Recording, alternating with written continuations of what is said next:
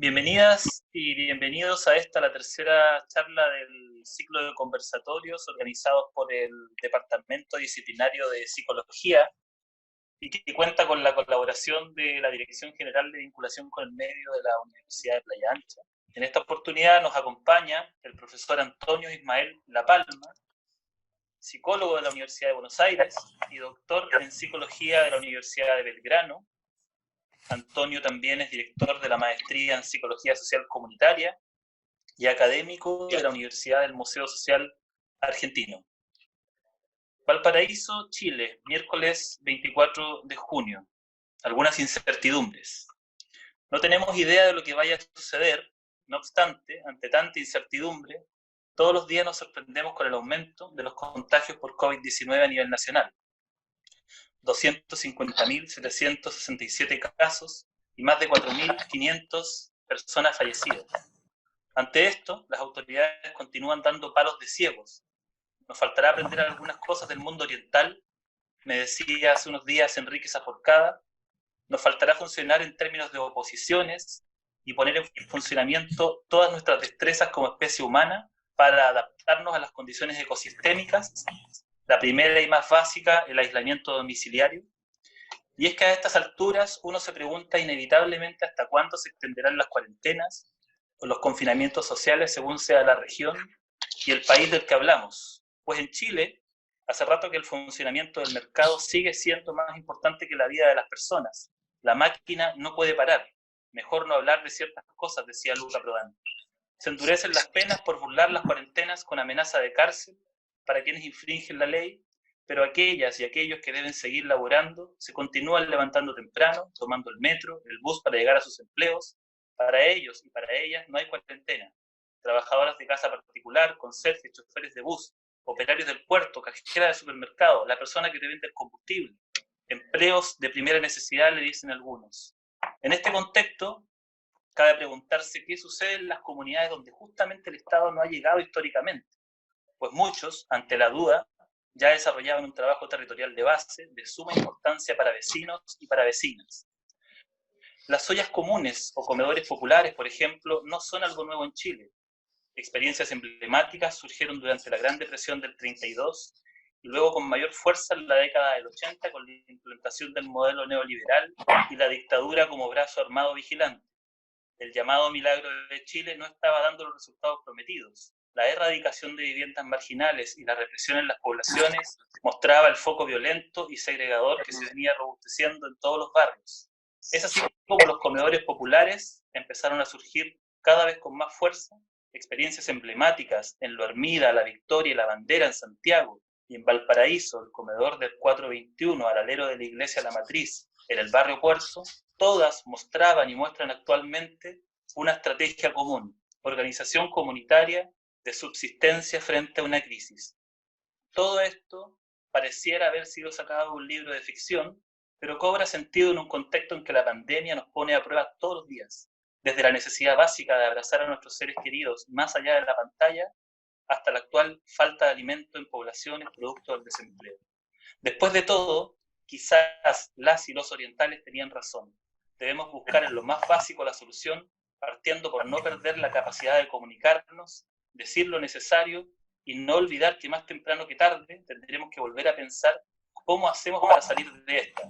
Pues como señala el profesor La Palma, la pandemia ha desnudado y ha dejado a la vista de todos y todas los modelos de desfinanciamiento en el sistema de salud, en el sistema de educación, el tema de las desigualdades sociales como punto importantísimo. Bienvenido, profesor Antonio Ismael La Palma.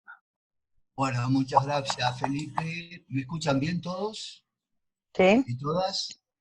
Bien, gracias muchas gracias por la invitación a compartir con ustedes las reflexiones sobre este conversatorio.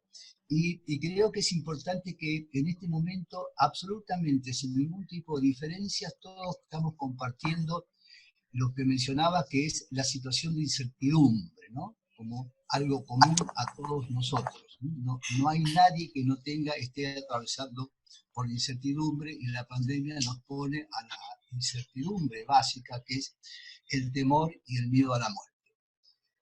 Bueno, este es el contexto en el cual estamos. Lo que yo voy a hablar, lo que voy a contar, lo he dividido en tres partes. Un poco sabiendo que la discusión giraba a través de la salud comunitaria, la psicología comunitaria.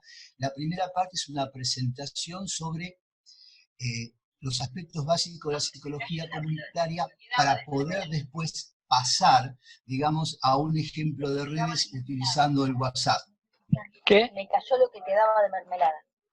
Hay por ahí un micrófono abierto y se cayó un cacho de mermelada, lo que quedaba.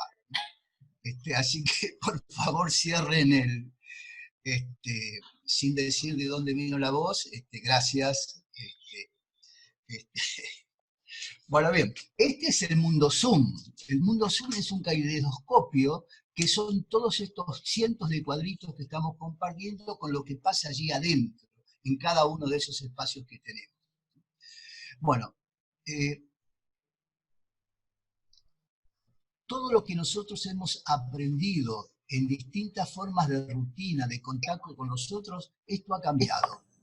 De golpe estamos con un distanciamiento social y en algunos casos por ahí el anonimato visual, no se ven las caras o hay una luz atrás que impide ver quién es el rostro, ¿no? Cambiaron nuestras formas de interacción, todo aquello que era conocido cambió y estamos en el medio de la pandemia. Pero, como decía Felipe recién, ¿qué ha desnudado la pandemia? Y voy a pasarlo de manera lo voy a pasar de manera muy rápida para aprovechar el tiempo. Todos ustedes conocen el cuento de Andersen, El rey desnudo. Lo deben haber escuchado de chico y algunos seguramente se los ha contado a sus propios niños y niñas, donde este rey, digamos, engañado por unos falsos sastres, tiene ropas maravillosas que no puede ver, pero le han dicho que son tan interesantes, tan importantes estas ropas que son mágicas, que aquellos que no son vivos, aquellos que son tontos, no lo van a poder ver. Y el chico, y este rey sale a pasear por su comarca y todo el mundo alaba la ropa que tiene porque nadie quiere quiere ser visto como un tonto. Sin embargo, hasta que un niño le dice, pero el rey está desnudo. Y entonces el virus vino a ser, digamos, ese niño que impuso desnudo la enorme desigualdad social en la cual nosotros estamos viviendo. No vamos a dar los datos estadísticos ni vamos a hablar de esto porque esto ha sido repetido el otro día, al igual que esta imagen que es de la ciudad de Buenos Aires, pleno centro, digamos, por un lado, enorme cantidad de edificios separados por la vía de ferrocarril, una villa de emergencia, como se llaman acá, que es equivalente a la foto que Quintana del Frente mostraba el otro día en San Pablo. Entonces, la equidad, digamos, fue lo que vino a mostrar la pandemia y es algo que nosotros no podemos olvidar, que va a ser punto de referencia seguramente sobre muchas cuestiones del futuro y que no puedo cambiar la transparencia. A ver qué pasó.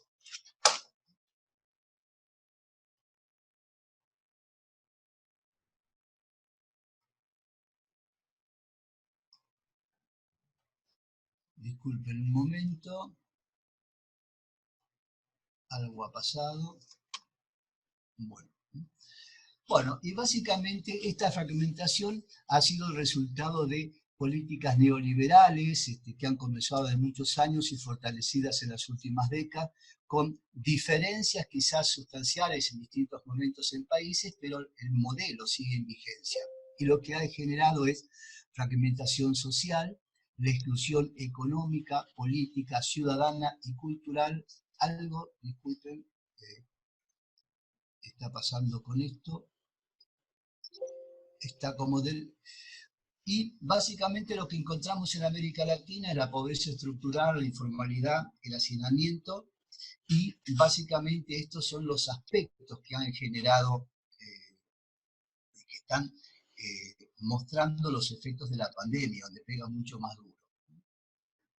Ya en el origen, digamos, de la psicología social comunitaria, para ya hablarles de la Facultad de Psicología, digamos, surge como disciplina cuando logra, de alguna manera, distanciarse o ser autónoma de la psicología social, donde dentro de la psicología social era psicología social aplicada al campo de la comunidad. Y esta nueva psicología social comunitaria que aparece se orienta a la transformación social, a la superación de la pobreza, básicamente, y los efectos que producen, los efectos psicosociales que esto produce. Lo que incorpora, ¿me escuchan? ¿Hay problemas de imagen? ¿Por ahí escuché algo? ¿Te escucha bien, Antonio? Te escucha bien. Entonces, esta psicología comunitaria lo que incorpora es la perspectiva histórica, incorpora un paradigma de la metodología de la investigación, como es la investigación, acción participativa, y los factores sociales en la generación del bienestar de la sociedad. En síntesis, para no redundar en algo que seguramente por muchos es conocido.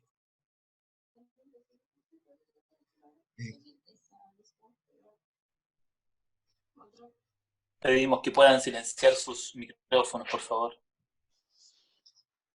Bien, y dentro de esto, si no funciona, me voy a prescindir de las diapositivas, de las transparencias. Digamos,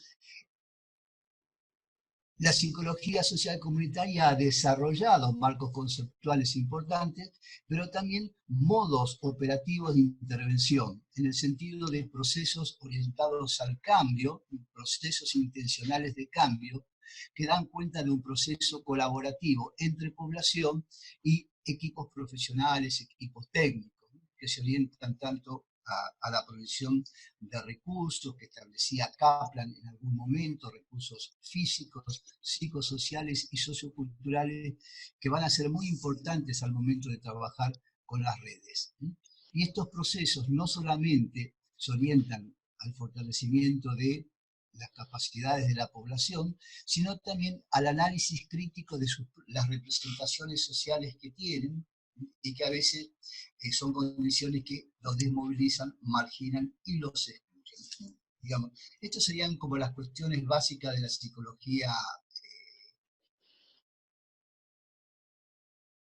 psicología comunitaria, y que tiene otros aspectos a considerar.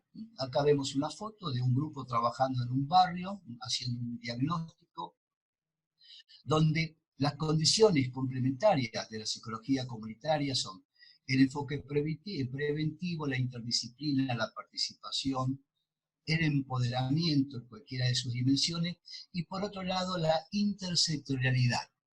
Es decir, que muchas veces los resultados que queremos lograr dependen de la participación y la incorporación de otros sectores. Ustedes aquí, en esta placa, que es un dibujo colectivo basado en la técnica de graficación colectiva, la consulta en su momento, la consulta central era la contaminación de unos barrios que están en una cuenca del río Reconquista, aquí en la ciudad de Buenos Aires. Entonces aparece una percepción macro, no solamente es la cuenca y el barrio lo que está contaminado, sino también el planeta. A nivel macro está representado, y de acá chiquitito dice 2 de abril, que es el barrio en el cual nosotros estamos trabajando. Y hay una serie de elementos que hablan de la contaminación. Por ejemplo, el tema del dengue, viviendas precarias, todo el tema de contaminación ambiental.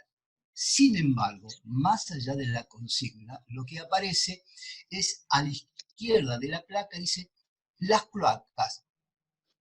¿Dónde va? ¿Iremos a tener?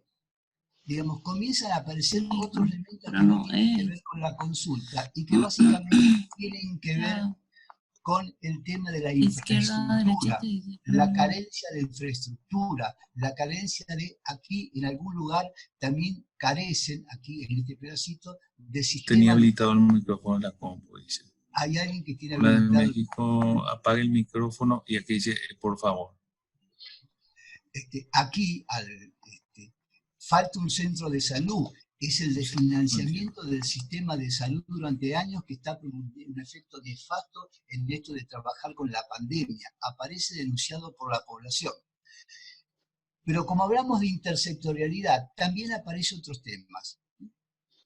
Aparecen las cloacas, pero aquí aparece una cuestión que tiene que ver con unos dibujos pequeños, niños, que están aquí, donde dice Mari, cocaína, Paco, acá hay alcohol, aparece el tema de las adicciones. Por otro lado, también aquí al lado, abajo, en un globo alguien dice soy un inútil, se plantea, y entonces alguien escribe violencia de género. Acá aparece desocupado, y abajo, para que no haya dudas, hacen un globo donde hay herramientas que expresamente dicen sin uso. ¿Por qué traigo esto? Porque la esencia de la psicología comunitaria son los procesos participativos donde la gente, a partir del análisis de sus propias necesidades y potencialidades, busca transformar esa realidad. Bueno, ¿qué nos queda a nosotros en este momento que estamos transitando? Como decíamos al principio, se ha modificado nuestra vida rutinaria, nuestra vida cotidiana. Y en realidad lo que ha aparecido ahora son tres aspectos importantes que son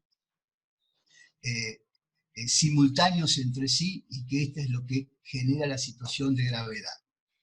Bueno, mientras aparece la transparencia, porque esto viene entre el verbo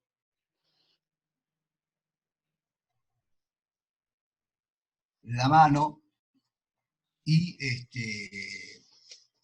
hay una diferencia. Entonces, aparecen tres dimensiones que nosotros tenemos que considerar. Estas dimensiones presentes, ahora esperemos que aparezca la placa, son, primero, la incertidumbre, que fue mencionada por Felipe. Lo segundo, la existencia de comportamientos temporales muy rápidos, y por otro lado, la complejidad con la cual nosotros tenemos que, la complejidad de las situaciones que tenemos que vivir, ¿no? Entonces, en relación a la incertidumbre, lo que han desaparecido son nuestras certezas. La pregunta inicial en la presentación, ¿cuándo va a terminar esto? Y en realidad parece un chicle que siempre se estira. Aquellos países que, por un lado, estaba finalizando la pandemia, vuelven a tener procesos de reinfección. Entonces, esto es la incertidumbre. No tenemos respuesta eficaz para los interrogantes de la vida cotidiana. En realidad, si nosotros recordamos a Freud en su trabajo, en su texto, El malestar de la cultura, que escribió en 1930, podríamos decir que el malestar de la cultura está en su máxima expresión, cuando él señala los tres elementos que son base de nuestro sufrimiento. El primero, no por más importante, sino en el orden que lo escribe, los poderes superiores de la naturaleza. El COVID es un bichito de la naturaleza. Después está la discusión si fue creado o no fue descreado, ese tipo de cuestiones, ¿no? Entonces, la segunda condición de incertidumbre es la fragilidad de nuestros cuerpos, y la tercera, la insuficiencia, las dificultades de establecer regulaciones universales en las relaciones mutuas del Estado, la capacidad de gobernar y la sociedad. Después, para seguir avanzando sobre esos temas, les recomiendo que lean El porvenir de una ilusión. El segundo de los aspectos que tiene que ver con los cambios rápidos temporales, digamos, en poco tiempo cambiaron absolutamente nuestros modos de relacionarnos. De golpe aparece el teletrabajo como una forma masiva, digamos, tenemos un confinamiento social obligatorio que ha generado un caos, pero este caos no es un desorden, sino que no podemos predecir de alguna manera y anticipar hacia dónde vamos. No podemos obtener resultados previsibles de la realidad. Y el tercer elemento es la que tiene que ver con las situaciones son lo suficientemente complejas, y esto también lo decía de alguna manera Felipe al inicio, donde todos nuestros talentos, nuestras habilidades sociales, nuestras rutinas se pusieron en juego y necesariamente vamos camino a aprendizaje de nuevos roles, de nuevas formas y muchos de ellos de interacción, muchos de ellos que van a ser innovadores. Es decir, la pandemia ha establecido por ahora nuevas reglas de juego. Sin embargo, digamos, aun cuando no nos podemos movilizar, es posible trabajar en algunas cuestiones relacionadas con las metodologías, los dispositivos que tiene la psicología comunitaria tal y como las redes. También es cierto que viene discutiéndose muy fuerte la noción de comunidad y las dimensiones que la caracterizan desde hace mucho tiempo. Y sin embargo, hace muchos años, allá cerca de 20 años, una colega chilena, Mariale Krauss, establecía que también hay procesos de interacción cara a cara, que son básicos de los aspectos comunitarios de la psicología, que también funcionan en lo virtual. Siempre en tanto haya un sentimiento de pertenencia, mientras haya una interacción, una comunicación, aunque sea virtual, y la existencia de una cultura, por lo menos, común. El otro punto es que en Argentina, a partir de la crisis de 2001, que fue muy similar a la que ustedes contaban en algunos momentos con los comedores, con las ollas populares, ha dejado una sistematización desde la psicología sobre este tipo de crisis, que son verdaderas catástrofes. Entonces, y han llegado a establecer, digamos, una definición de traumatismo social, que es el conjunto de eventos que al afectar, al ser una interrupción imperativa de los modos de intercambio, proponen modalidades subjetivas que solo cobran sentido en función del evento.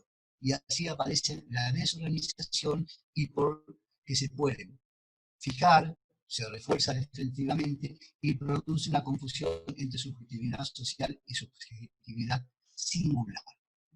Lo importante de estas definiciones, hay una serie de definiciones que han aparecido a partir del 2001, que expresan que no debe generarse un proceso de psicopatologización, digamos, respecto a esta situación de catástrofe social, sino que tienen la posibilidad de ser trabajados para generar input de carácter preventivo y por otro lado, además, generar nuevas formas de interacción y generar nuevos procesos de creación. Después, dependiendo ya las características de cada uno de los sujetos, bueno, puede ser que esta pandemia potencie una estructura que la preceda. Pero no debe ser algo que debe ser enfocado con un enfoque absolutamente psicopatológico. Bien, ahora, si han cambiado absolutamente nuestras formas de comunicarnos, nuestras formas de interacción, vamos a ir, hay una inestabilidad en la pantalla. Vamos a ver, vamos a ir directamente ahora a trabajar la cuestión de una experiencia basada en redes virtuales. Como la pandemia es algo en la cual estamos todos inmersos, es un caso, no está cerrada, está en pleno desarrollo, está en plena ejecución. Y esto surge de una consulta. ¿De qué manera se podría potenciar la comunicación de agentes sanitarios en una localidad del norte argentino, en la provincia de Salta, la localidad de la Merced, donde, digamos, existe en toda la provincia un sistema de agentes sanitarios. Pero trabajar con los agentes sanitarios, recorriendo cada una de las familias cuando aparece la consulta, tenía un horizonte corto. ¿Por qué? Por el proceso de infección que podría venir y desaparecían de esta manera los agentes sanitarios. Entonces, la idea que aparece es cómo articular, cómo potenciar la red de WhatsApp que cada uno de los que que cada uno de los agentes sanitarios tenía con otras existentes. Y ahí aparece la idea de cómo se pueden complementar con una red de WhatsApp que es altamente activa, que tiene mucha presencia y que genera una serie de memes y discusiones alrededor de eso, que es el WhatsApp que tienen las familias en las escuelas. Yo no estoy moviendo no estoy moviendo la pantalla y se va cambiando para adelante o para atrás. Bueno, esta red conocida como la red de las mamis, donde cada familia están todas incorporadas en una red por aula, donde intercambian los deberes, comentarios acerca de qué ocurre en las escuelas. Entonces, la idea fue articular la red de los agentes sanitarios con la red de las mamis y las redes escolares y teniendo como focal un referente, el director de la escuela. Entonces tenemos el director de la escuela, tenemos los agentes sanitarios, para que en un primer momento, en el inicio de la pandemia, pudiera circular información fehaciente y creíble, donde además se pudiera evaluar de dónde estaba sucediendo y no que esa red de WhatsApp fuera una especie de feria donde circulaba cualquier tipo de información. Bueno, me parece que esto me está apurando, quiere finalizar. Ahora, esto fue la primera parte, pero en la medida que esto fue avanzando, se fueron incorporando otras redes de la comunidad, ¿no?, al sistema de educación, al sistema de salud, a través de los agentes. Y entonces aparecieron articulados distintos grupos de la comunidad. Por ejemplo, grupos culturales, como pueden ser asociaciones de gauchos, asociaciones de tipo tradicionalista, que son muy importantes en esa localidad. Y en escaso tiempo pudo incorporarse casi el 100% de la población. En una segunda etapa aparece, además, otra forma de comunicación sobre la base de estos elementos, que fue la incorporación de la radio comunitaria. En un tercer momento, que sería el momento actual, comienza a buscar a que sea la comunidad que dé información y no solamente que reciba. Y aquí comienza a aparecer, digamos, uno de los conceptos básicos de nuestras formas de trabajo, como lo es los procesos de participación. Básicamente, con el WhatsApp se están trabajando 3 niveles. La circulación de información, ahora la posibilidad de recibir opiniones y consultas, y para eso además se han establecido una serie de dimensiones. Todas las recomendaciones que la OMS, que el gobierno nacional daban, fueron sistematizadas en categorías. ¿Para qué? Para poder ordenar y dar mensajes bien centrados en ciertos aspectos que generan, por ejemplo, categorías relacionadas con los procesos de estigmatización que puede haber con los enfermos. Categorías que tengan que ver con los recursos que la propia comunidad tiene para resolver estas situaciones. Entonces, de esta manera se fue cerrando el círculo, donde el tercer momento a futuro es ver si la comunidad también puede ser alguien que pueda generar algún tipo de participación, como puede ser consejos consultivos. Uno de los temas importantes, dada la experiencia acumulada en el 2001, era de que el día después, ¿no? Esto se mueve, qué terrible. El día después, el día que salgamos de la pandemia, digamos, ¿qué es lo que va a ocurrir? Bueno, lo primero que no puede ocurrir es que estas redes desaparezcan, sino que estas redes se pueden articular en redes reales, redes concretas, entonces para generar otro proceso de participación mucho más fuerte, que podría ser la participación ciudadana o la participación política. También se articularon algunos sectores por edades, como son los jóvenes, a través de los líderes comunitarios, que a través de esta red se va trabajando, digamos, la información necesaria. Después apareció algo interesante que no hemos tenido la oportunidad de charlarlo, que es cómo utilizar la red de los fans que tienen ciertos líderes musicales como una red para trabajar estas situaciones. Bien, hay un programa en México, que la información la descubrimos después, que se llama Redes Vecinales de la Solidaridad, REVES. Si ustedes lo ponen, pueden bajar un libro, pequeño folleto de unas 10 páginas, que fue editado por la Iglesia, la Iglesia Católica, de la Congregación de los Jesuitas, donde está estandarizado de alguna manera cómo trabajar a través del WhatsApp, esto que estoy contando, y que básicamente se basa en distintos referentes, y los distintos referentes tienen que ver con aquellos que tienen que ver con la información, que tienen que ver con la salud, que tienen que ver con la información, y que tiene que también con los recursos materiales, dónde buscar ropa, dónde llevar donaciones, o dónde es necesario, de alguna manera,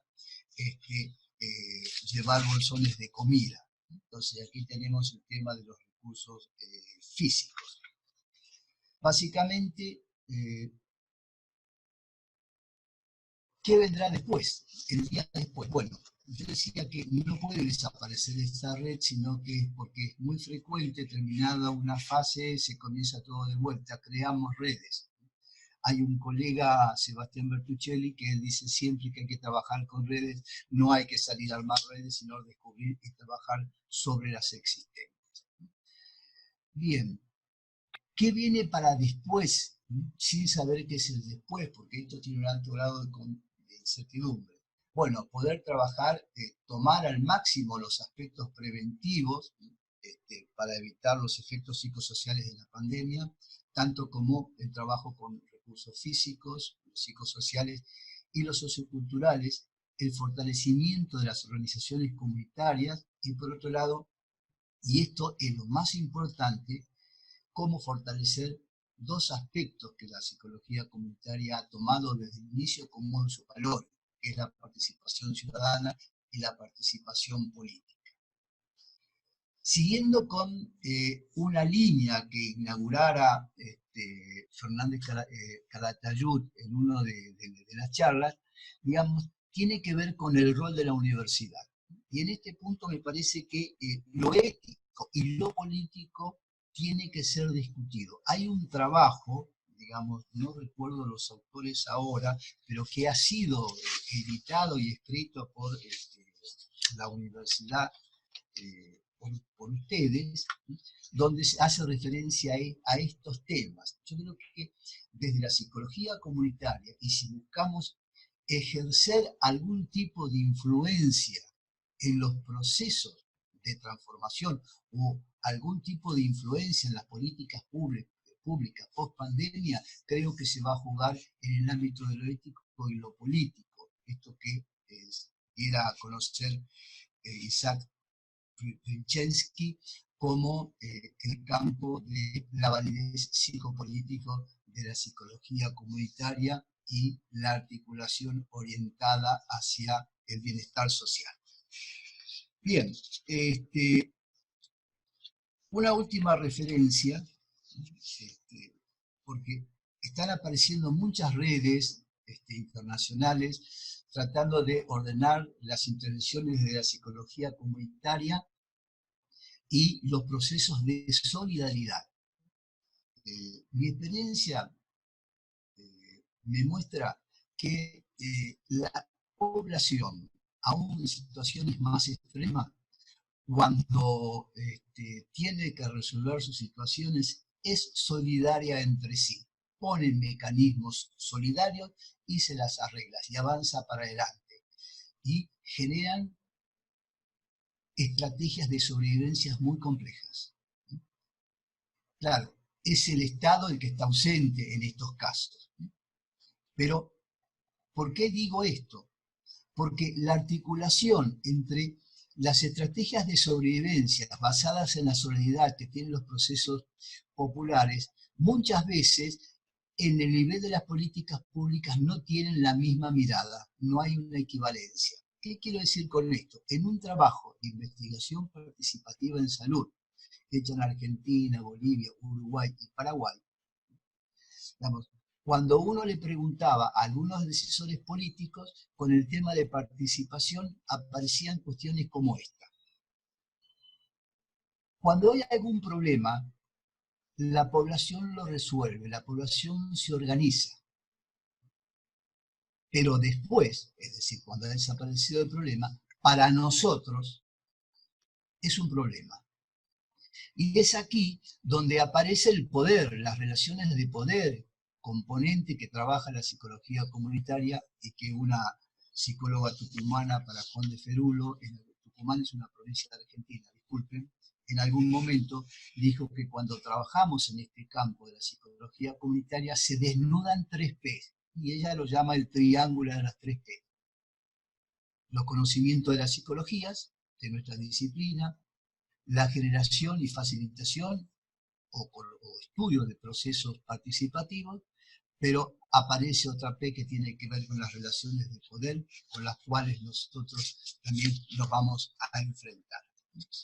Bueno, para pasar al campo de las preguntas y que distintos grupos puedan aparecer, yo quisiera decir que desde el punto de vista de la salud mental comunitaria hay mucha experiencia, ¿no? Desde la salud mental clásica, la psicología de la terapia de la trinchera, la terapia integrativa, sistémica, en el caso de Brasil, la psicología comunitaria de la esperanza. Tenemos en este punto de vista modelos conceptuales y operativos muy importantes. Tenemos que volver a trabajar con ellos y esta es la oportunidad. Desde el punto de vista de lo ético y lo político, quizás haya que mencionar para finalizar algo que en su momento dijo Martín Maró, ¿sí? Que es, bueno, tenemos que recuperar las estrategias o la cultura, las capacidades que tiene la población, tenemos que desnaturalizar la vida cotidiana. La vida como la vemos no es algo que vino dado, que es de esta manera, es algo que surge y es parte de la construcción del hombre, y esto hay que discutir. Y con esto quiero hacer referencia a la primera diapositiva, que es la cuestión de igualdad. Bien, lamento que las Filipinas tengan una vida independiente de mi mano, pero bueno, no sé qué pasa, porque van y vienen y yo no toco nada. Así que yo dejaría acá y daría paso a las preguntas o a los grupos que iban a armar para poder responder, y yo voy a entrar a ver el chat si hay preguntas aquí. Felipe, Eduardo estaba coordinando, ¿no? Sí, Eduardo. Eduardo, ¿me escuchás? Antonio, te pido que dejes de compartir pantalla para que nos podamos ver todos ahora en la imagen. Listo. Bueno, yo ya di la orden de dejar de compartir ahora pantalla. Todos. Voy a cerrar la transparencia también. Ahí veo a todos. Muchas gracias, Antonio. Les cuento lo que hemos estado trabajando en los 2 conversatorios que hemos tenido en semanas anteriores y que también vamos a hacer en este espacio. Es que, como su nombre es un conversatorio, la intención es que conversen. Y una de las bondades que nos da Zoom es que podemos generar salas de trabajo. Por tanto, lo que vamos a hacer ahora es formar grupos al azar. Vamos a formar 15 grupos. A ustedes les va a aparecer un mensaje y se van a conectar a una de esas salas. Vamos a dar 25 minutos para que el grupo converse sobre lo que nos planteó Antonio y genere interrogantes o preguntas, pero como colectivo, no de manera individual, ¿ya? Lo importante es que también designen a alguien del grupo para que cuando volvamos a la sesión colectiva nos pida la palabra por el chat, nosotros le damos la palabra y nos plantea la pregunta del grupo. Otra cosa importante acá es que habemos personas muy distintas, tanto en términos de profesión, de edades, de género, por tanto es muy importante que entre todos nos respetemos y generemos este espacio de la sala de trabajo sea inclusivo y que no importa si llevo mucho tiempo ejerciendo la psicología o poco tiempo, o si no soy psicóloga o soy psicólogo, eso es lo comunitario es transversal a las disciplinas, ustedes más que todos lo sabemos. Por tanto, desde ahora voy a formar los grupos y les van a empezar a llegar mensajes para integrarse a las salas.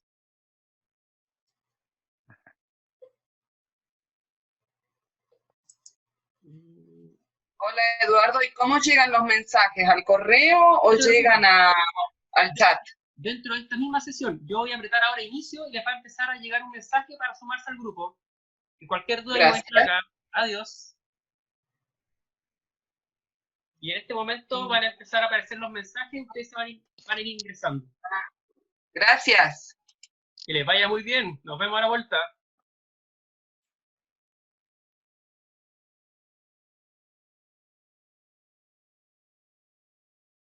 Mientras le damos la bienvenida a todos los que están regresando de sus grupos de sala. Hola. Sí. Espero que hayan podido conversar. La primera, les cuento que en el primer conversatorio que realizamos, les dimos 10 minutos y fue muy poco. En el segundo conversatorio dimos 20 minutos y también fue muy poco. Así que ahora dimos 25. Espero que vayamos acercándonos a un tiempo razonable para que se establezca una conversación. Sigue siendo poco. Eduardo, sigue siendo poco. Tenemos problemas. No poco. Vamos a ir poco a poco ajustando. Yo les fui escribiendo unos mensajes, porque la idea es que eso, justamente que los grupos puedan escribir en el chat la pregunta o la reflexión que formularon como colectivo, de manera que Antonio podamos ir revisando esas preguntas e intentar generar respuestas, que es lo más complejo en estos procesos. Eduardo, te ponemos, por ejemplo, grupo tanto y la pregunta escrita en el chat. Sí, tal cual. ¿Sí? Sí. Listo. Creo que era el grupo 9 yo, pero no lo noté cuando entré en el grupo. Vaya el número, o sea, me ordena. Pero... Había que ponerse nombre en el grupo. Por ejemplo, los fantásticos, los atómicos. Ah, no hicimos eso, pero vamos a ir innovando. Tiburones. Las flores. Ah, muy bien. Vamos a considerar esa innovación. Mojarrita. ¿Ya te lo escribimos ahora? ¿Ya tipeamos? Sí, pueden estar escribiendo. Nosotros estamos Sí. en el chat. ¿Qué grupo ponemos? Hola, Antonio. No importa. Hola. A ver, River dice- Plate el más grande. River Plate el más grande. Me gusta. No ponemos quiénes son los integrantes. Ahí va. No sé si Antonio estás leyendo las preguntas, ve el chat. Sí, acá aparece, no, estaba confundido, aparece la misma pregunta dos veces, uno con grupo y después con nombre del grupo número 12. Bueno, mira, ¿qué pasa cuando... voy a juntar dos preguntas. Una es, ¿de qué manera o qué pasa cuando no hay recursos? Porque yo conté en una comunidad donde hay accesibilidad a Internet y la posibilidad de establecer las redes de WhatsApp. ¿Qué pasa en los lugares donde no hay recursos? Al igual que esta pregunta, ¿qué pasa cuando, otra velocidad, cuando ciertos componentes de la red de salud, policlínicos, centros educativos, no quieren participar de la red? Acá lo que tenemos que tener en claro es que esto es una catástrofe, digamos, la emergencia sanitaria es una parte, pero esto es una catástrofe, por lo tanto tiene que haber una decisión política para que todos se integren a la red, si no, no vamos a ningún lado. Entonces, no hay recetas, es un problema de decisión política. Implicará decisión política con todos los aspectos que tiene, de confrontación, de negociación, sea, pero no, los sectores que se resisten frente a la situación de la pandemia, digamos, es un tema de decisión política y es parte de las relaciones de poder y el conflicto que hay. Si no se resuelve esto también es parte de la agenda que en el futuro debe discutirse. si no aceptan ingresar, no puede perderse este punto tan importante, porque si no, digamos, tenemos hacia futuro tenemos una situación donde se va a volver a repetir. Entonces, acá hay negociaciones seguramente muy importantes por resolver, pero sobre todo es una decisión política. Donde no hay recursos, y el otro día discutíamos en un grupo, en relación a una villa de emergencia en la Argentina, que por el área territorial, que es importante, pero no lo, digamos, compleja, digamos, o se pone una antena para que haya internet, que es esto que está diciendo acá, pero es del campo de la salud, y después, bueno, no sé cuál será la negociación, pero vía la responsabilidad social empresarial o vía la donación o como sea, la asignación de teléfono a los referentes por manzana o por zonas o por locales para que esto funcione. Yo diría un poco más, acá hay que discutir tantas cosas, que pondría algún camión del ejército, de esos que tienen antena especial, para que generen internet. Esta es una situación de emergencia. Entonces, lo que dice la psicología preventiva, hay un punto importantísimo que es la dotación de recursos, y los recursos son físicos, y en este caso es una antena y el teléfono. Bien, no sé si contesto, es tema de decisión política. Hay un punto respecto a esto que seguramente algunos pueden decir, pero si el Estado si el Estado exige, y es una decisión política, nos vamos a ir al Estado autoritario. Bueno, esa es una discusión que la podemos tener después y ver qué intereses hay detrás de todo esto, ¿no? Bueno, no, porque si no nos vamos a ir con el tiempo. Donde, a ver, están pasando muy rápido esto, a ver si puedo ir, es donde, ¿qué pasa con una cuestión básica, digamos? Acá algo que pasa, dice, ¿qué pasa si no llegan los alimentos, si el Estado está ausente? Bueno, ahí alguna red, tiene que ponerse en movimiento para que esto sea posible. Acá en Argentina existe una red solidaria que no recuerdo el nombre, se llama CART, el que maneja la red, digamos.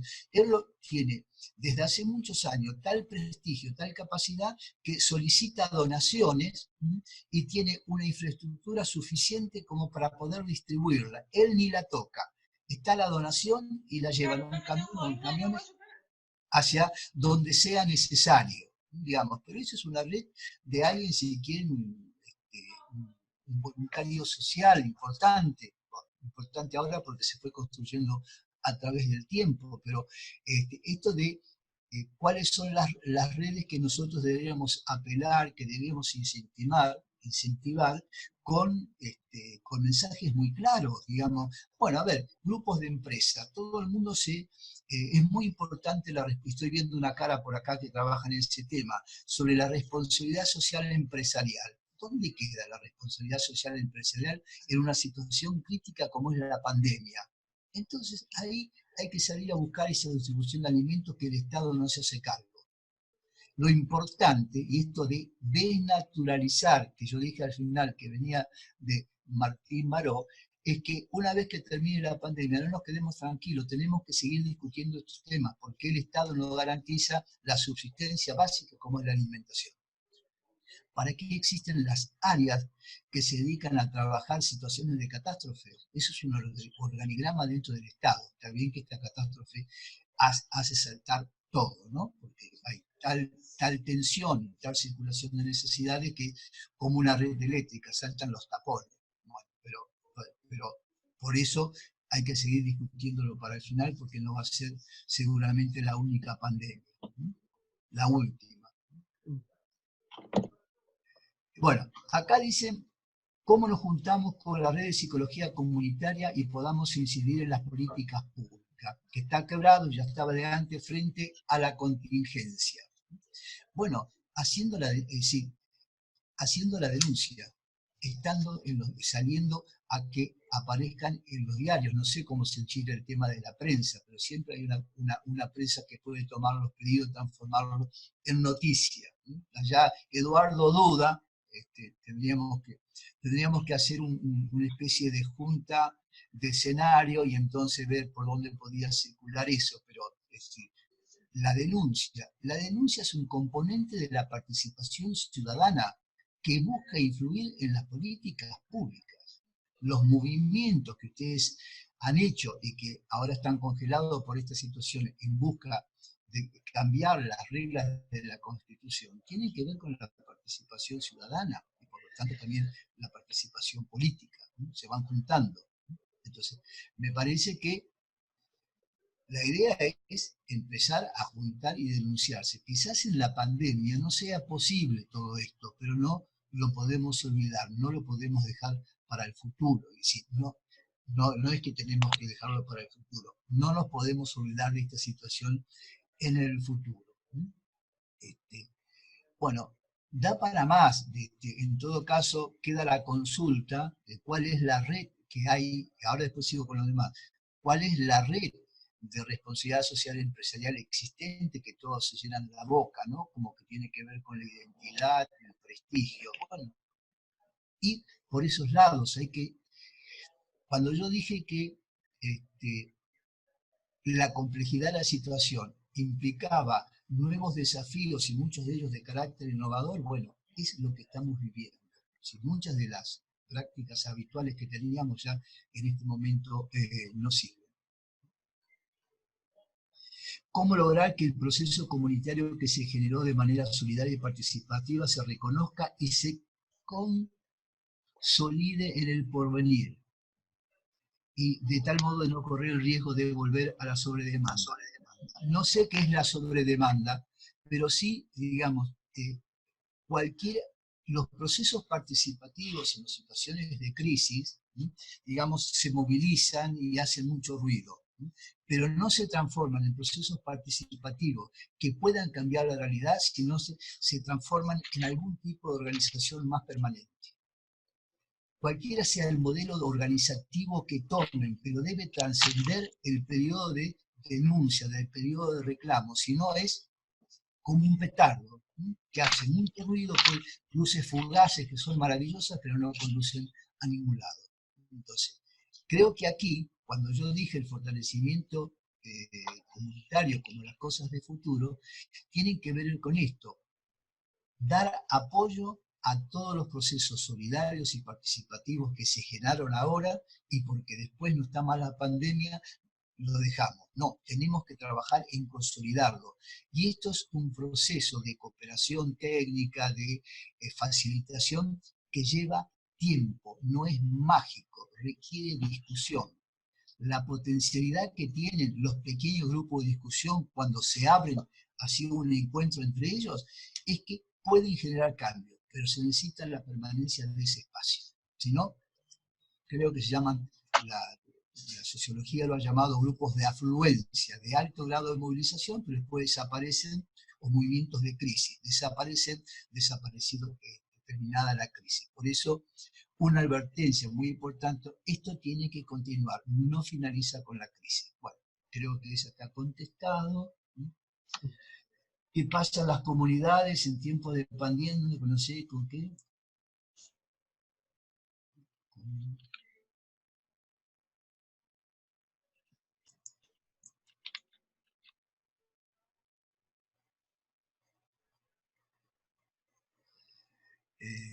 ¿Qué pasa en las comunidades? Bueno, había una que, la sobredemanda, no sabía que era la sobredemanda, grupo 5. ¿Qué pasa con las comunidades en el tiempo de pandemia, con el apoyo? Digamos, los apoyos entran en absolutamente todos los campos. Si pensemos en la teoría de las necesidades sociales de Magnif, creo que los chilenos lo conocen muchos, así, ¿no? Bueno, ahí si nosotros agarramos las necesidades, básicamente en función de un diagnóstico más o menos aproximado de cada área, podemos saber cuáles son las necesidades más urgentes y cuáles no. Tienen que ver con la subsistencia, tiene que ver que hay que dar abrigo, si es en invierno, hay que garantizar la alimentación. Solo la alimentación es subsistencia o va de la mano con la protección, con el tema de la salud. Si ha colapsado el sistema de salud, en este momento lamentablemente no puede hacerse nada. Pero no implica que no se denuncie y que después se retome esta situación de carencia en el momento de la pandemia. ¿Sí? Esto es un auténtico desastre. Cuando uno analiza las definiciones de desastre, hay una larga clasificación que va desde el accidente, la emergencia, el desastre, la catástrofe, y está tabulado con millones de o menos personas, cuando es una u otra. Pero como esta es la primera vez, por lo menos a escala planetaria, escala planetaria que llega al 100%, porque cuando vinieron los españoles y infectaron a la población de los pueblos originarios, también era de escala planetaria, claro, tenía otras dimensiones. Entonces, pero ahora esto es el planeta en su totalidad. Con el apoyo, bueno, ¿qué pasa en las comunidades con el apoyo? Y hay que darlo, y hay que buscarlo, digamos. La pregunta que yo me hago es, las universidades, ¿cómo están colaborando con la emergencia? Yo sé que los estudiantes en un primer momento querían salir, digamos, cual voluntario, a estar, como se dice ahora, vieron que todo se habla en términos militares, en el frente, en la trinchera, en el frente de batalla, pero eso no es posible. Entonces, ¿de qué manera contribuimos a que esto tenga un efecto superador, transformador? Entonces,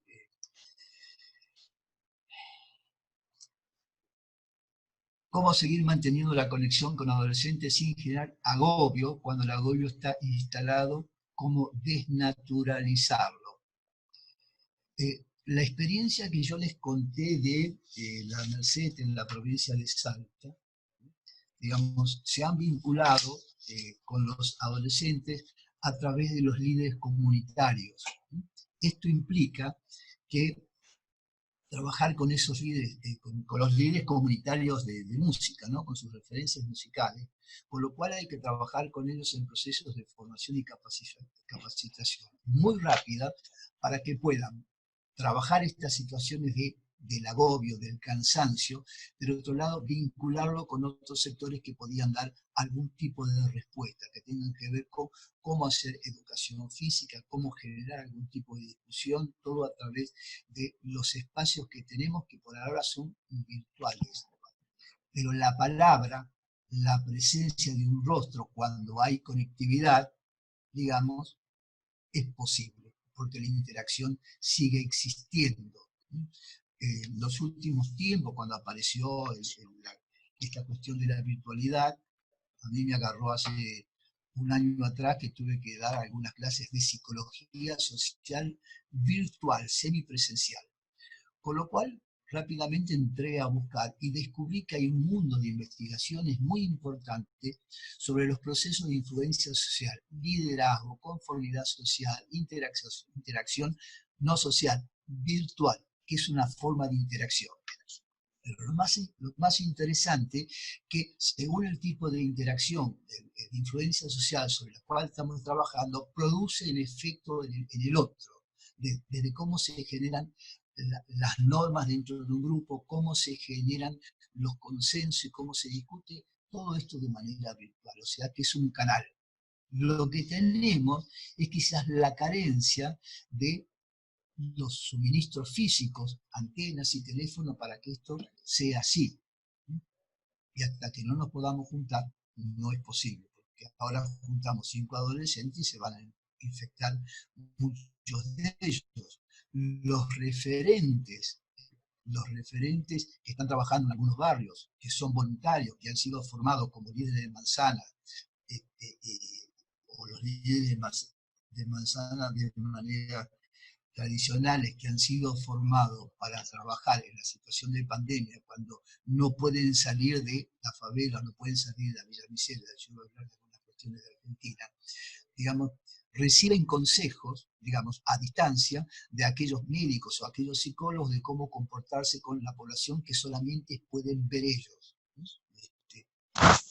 Acá hay una parte que tiene que ver con, no sé cómo llamarlo, se hace lo que se puede. Se hace lo que se puede. Yo aprendí, cuando fue el tema del cólera, hace muchos años en Argentina, me acuerdo que yo trabajaba en un sector del Estado y cuando yo escucho a una persona que dice que lo único que podemos hacer es rezar, yo me puse loco. Ahora, cuando fui a la frontera a ver el tema, cómo funcionaba la pandemia, dije, la verdad que hay que rezar, porque no teníamos soluciones para eso. No teníamos en ese momento, se quería cortar el puente, la gente no pasaba por el puente pasaba por otro lado porque el puente está sobre un río seco, o sea que no hay una frontera con un río que impide, no, hay un río seco que tiene un puente donde pasan los camiones, después por los costados del puente miles de personas pasan continuamente de Argentina a Bolivia, era el caso, ¿no? Entonces me parece que lamentablemente, estos tres elementos que son la incertidumbre, la complejidad de la situación que tenemos que manejar y el caos que esto genera, digamos, donde no hay respuesta, digamos, que pueda anticiparse con cierta lógica, no podemos tener respuesta para todo. En todo caso, creo que un rol muy importante de la universidad sería poder pensar muchas de estas preguntas que me están haciendo a mí, cómo los departamentos especializados lo pueden resolver. Yo no soy un experto en adolescentes, yo sé que, yo puedo decir que haría, pero porque yo trabajo con un enfoque siempre en la comunidad y en el territorio, y recién me estoy rompiendo la cabeza de cómo hacerlo esto de la virtualidad. ¿Sí? También me compete a mí, como a todos ustedes, que estamos juntos. Hay como decirlo, para que no sea lo mismo. Estamos todos en el mismo océano, pero no estamos todos en el mismo barco. Por lo tanto, aquellos que estamos en un barco que tienen más recursos, tenemos que pensar estrategias en el aquí y ahora con las limitaciones que ha generado la pandemia. No hay recetas. Por eso, este combo, incertidumbre, caos y complejidad. Entonces, si empezamos a pensar la complejidad, la discusión, salud o trabajo, digamos, ¿cómo se resuelve? Damos trabajo, se genera enfermedad, ¿sí? Y bueno, ¿y quién va a pagar los sueldos? Bueno, que lo pague el Estado. Los que decían que el Estado no tenía que meterse, que el libre mercado, están pidiendo que el Estado pague los sueldos, los aguinaldos y ese tipo de cosas.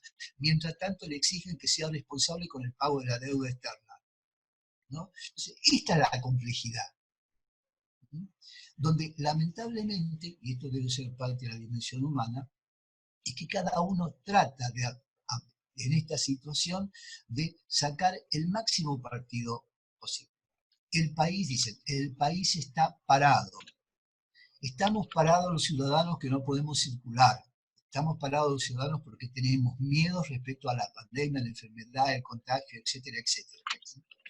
Pero no está parado. Hoy había un artículo en un diario muy interesante que decía que la Argentina no estaba madura. ¿Para qué la Argentina no estaba madura? Las empresas que se están fundiendo todavía no han bajado de precio lo suficientemente como para ser comprada por otros. Entonces no está todo parado. En la política se sigue negociando el pago de la deuda externa y no se termina de cerrar porque sí, que no, que más, que menos, por cuánto. Y la pandemia en este caso, los recursos, ¿qué valen más? La vida humana, el desarrollo de la sociedad, esto que es el famoso tema del bienestar o el pago de la deuda externa. Cierto, hay reglas de juego, pero debemos, creo que en este momento es el momento de poder comenzar a pensar este tipo de cosas. Y la universidad tiene que crear esta fragmentación que hay en las universidades respecto a distintas carreras donde cada uno mira desde el anteojo con el cual fue formado, debería romperse y ver de qué manera puede contribuir a solucionar muchas de estas cosas. Y que no todas estas, hay algunos que saben mucho más que otros, pero solo no se resuelven. Entonces, este es un tema muy importante. Y no pasa por el tema famoso de la interdisciplina, sino cada uno va a demostrar que sabe más que otro, que tiene una parcela de conocimiento muy interesante. sino cómo juntamos distintos sectores en busca de soluciones, que en este momento muchas de ellas tienen que ser innovadoras. Lo que no puede perderse, y quizás sea lo fundamental, es que cuando esto vaya desapareciendo, si desaparece en algún momento, todo esto que nosotros estamos hablando, todo esto que estamos discutiendo, de qué deberíamos hacer, debe continuar. Porque si no, va a pasar como en algún lugar de Europa, que pasada la pandemia todo el mundo se lo va a festejarse, a tomar cerveza en todos los boliches, y al rato apareció la policía porque en realidad nadie estaba respetando las normas de distanciamiento social implementadas aún con permiso para salir a tomar cerveza, y se fue todo, volvió a caerse todo. Bueno, disculpa Antonio, sí. Estamos en las 19:35, tenemos más o menos un tiempo como para poder dar las luces necesarias. No alcanzamos a responder todas las preguntas, generalmente. Acá, yo estoy viendo estas, pero aparecen acá 19 mensajes nuevos. Sí, hay muchas preguntas. Hay mucha participación de las personas, pero vamos a tener que ir cerrando porque no ya nuestras neuronas están entrando en colapso nervioso. No, pero por respeto a todos los que están acá y que tienen otras actividades también que hacer, está bien. Necesitamos ir, si quieres dar alguna idea final y con eso vamos. Sí, yo hoy, mientras trabajaba en el grupo, con los coordinadores charlamos algunas cuestiones. Hay muchísimas preguntas y requieren un desarrollo más largo, ¿no? Primero que yo no soy experto en todas las cosas que pregunta. Hay un psicólogo comunitario que se ha especializado en intervención comunitaria y en el tema de trabajo con lo que allí aparece. Este tema de aprovechar los recursos existentes. Y acá aparecen preguntas muy específicamente, por ejemplo, las madres y padres que castigan continuamente a sus hijos para que hagan los deberes. Yo eso no lo sé. La respuesta que puedo dar es a dónde debemos derivar esa consulta, digamos, para que rápidamente se establezca, digamos, un canal de comunicación para todas aquellas familias o aquellos sectores que tienen ese problema. Entonces, este tema todos somos recursos. Entonces, esta ley, todos somos recursos, bueno, ¿dónde está ese recurso? Y rápidamente tengo que enviar, digamos, conectar con esta familia, digamos, o el Ministerio de Educación, se pregunta, digamos, que los vínculos familiares están afectados por las exigencias educativas. Bueno, el primer aprendizaje de los últimos 2 meses es que el sistema educativo está siendo muy exigente en el modo virtual, cuando ni los docentes, ni los alumnos, ni las familias están acostumbrados a eso. Y tampoco dan cuenta del contexto desconocido de lo que ocurre en cada familia. Si todos tienen internet, si todos tienen buena conexión, si todos tienen el espacio necesario para poder trabajar, si tienen computadoras, cuántas habitaciones tienen y cuántos viven en ese lugar. Digamos, no puede haber esta exigencia, porque esa exigencia es una reproducción del modelo. Esto lo desarrollaba muy bien Tonucci, pulverizó esa concepción ridícula de educación cuando hablaba en relación con el COVID. Realmente estuvo genial. Medio utópico don Tonucci, pero genial igual. Bueno, Tonucci es un experto en el tema.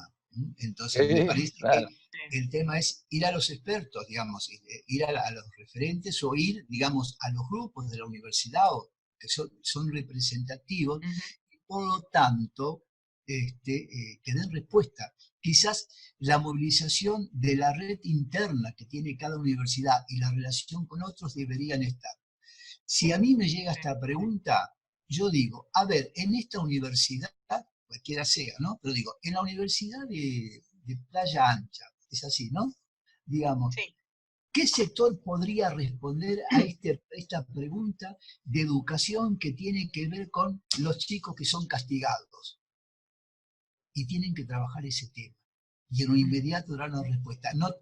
No es una investigación para ver qué hacemos y después va a ir, no. es una investigación-acción, investigación-acción participativa, si quieren, donde rápidamente se tenga que dar una respuesta. Es decir, los grupos de contención, hay una línea terapéutica para trabajar salud mental, que hay una pregunta por ahí, que es la terapia, los grupos de contención o la terapia de trinchera, porque nació al calor de la crisis del 2001, digamos, donde rápidamente había que salir a dar una respuesta. ¿Quiénes pueden, quiénes tienen? Y también se va aprendiendo en el camino. No hay respuestas cerradas. También se va aprendiendo en el camino.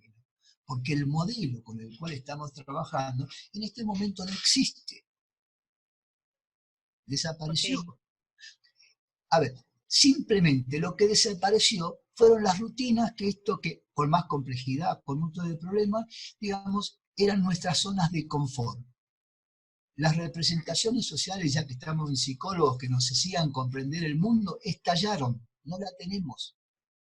Hay que empezar a construir de vuelta en este momento. Y esto tiene solamente 100 días. Bueno, un poquito para hablar de, digamos, no caigamos en la omnipotencia que lo podemos todo, que es muy importante para cuidar la salud en estos momentos de pandemia. Bien, correcto, sí, Janina. Tampoco podemos dar respuestas certeras a todas las preguntas, hay muchas inquietudes, a ver, nuestra idea de ser un conversatorio también tiene que ver con que emerjan y que se visibilicen estas dudas, estas inquietudes, estas incertezas que vamos teniendo, ¿no? Entonces también esto como un espacio que genera, que motiva, que marca a lo mejor algunas ideas, que se comparte algo, que uno salga de acá pensando algunas cosas que iluminen de alguna forma también sus propias prácticas, ¿no? En los grupos y que nos vayan nutriendo. Ese es el sentido que tiene un conversatorio, abrir, para nosotros por lo menos es abrir, ¿no es cierto?, estas conversaciones.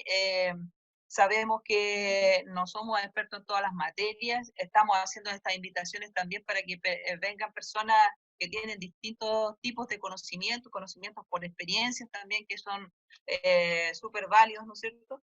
Entonces, es un espacio de encuentro que en este momento nosotros estamos enriqueciéndonos todos a partir de estas reflexiones, que como tú bien dices, generalmente no van a ser las certezas, ¿no? Quiero con esto ir cerrando el día de hoy.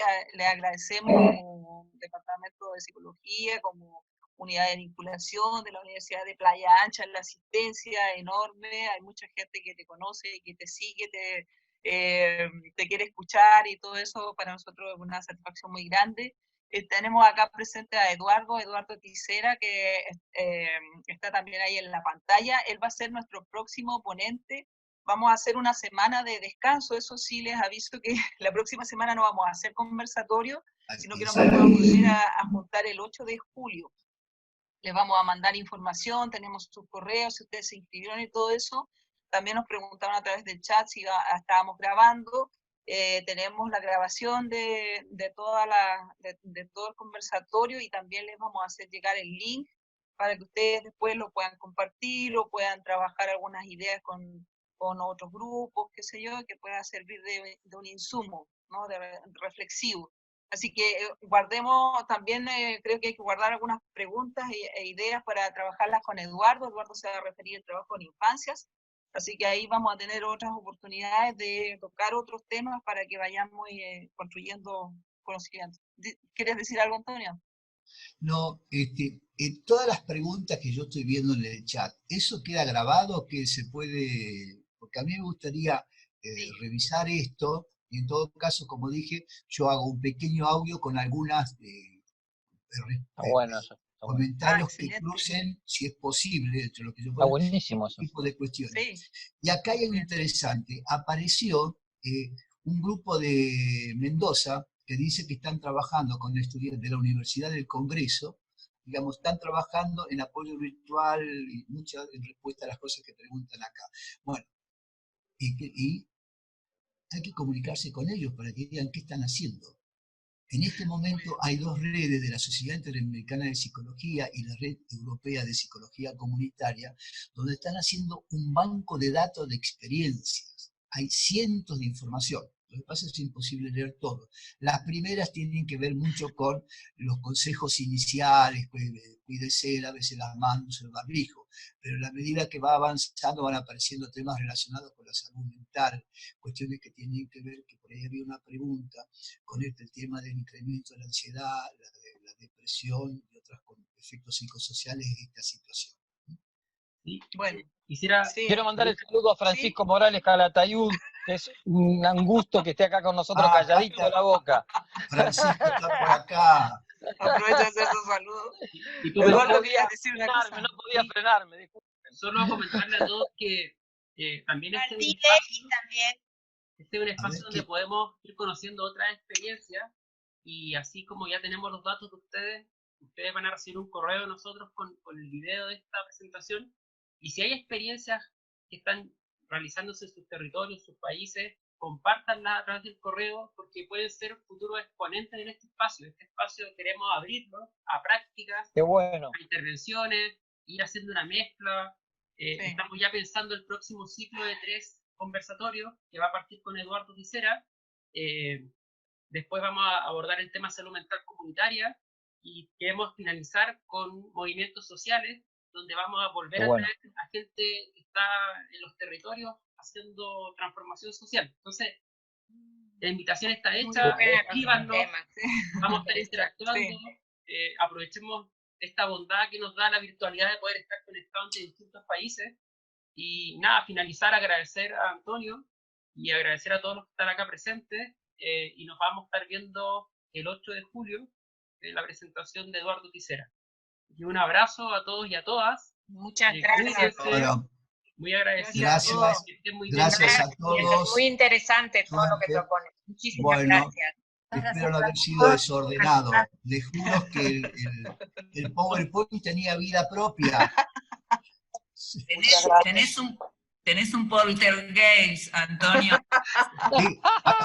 Eso pasó al ingresar. Tuve que salir, porque de golpe estaba todo preparado y apareció Carolina, y Carolina se puso encima discutiendo estas cosas.